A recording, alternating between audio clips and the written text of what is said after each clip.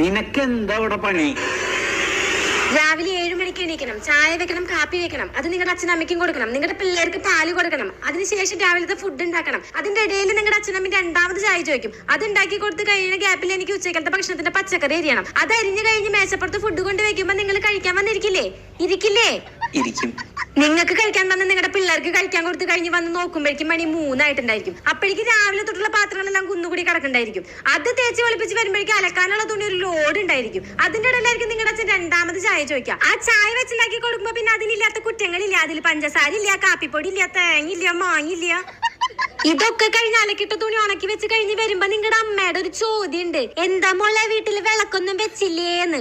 അപ്പൊ തന്നെ പോയി കുളിച്ച് വന്ന് വിളക്ക് വെക്കണം. അതൊക്കെ കഴിഞ്ഞ് വരുമ്പോഴേക്കും നൈറ്റ് ഫുഡ് വെക്കേണ്ട സമയവും.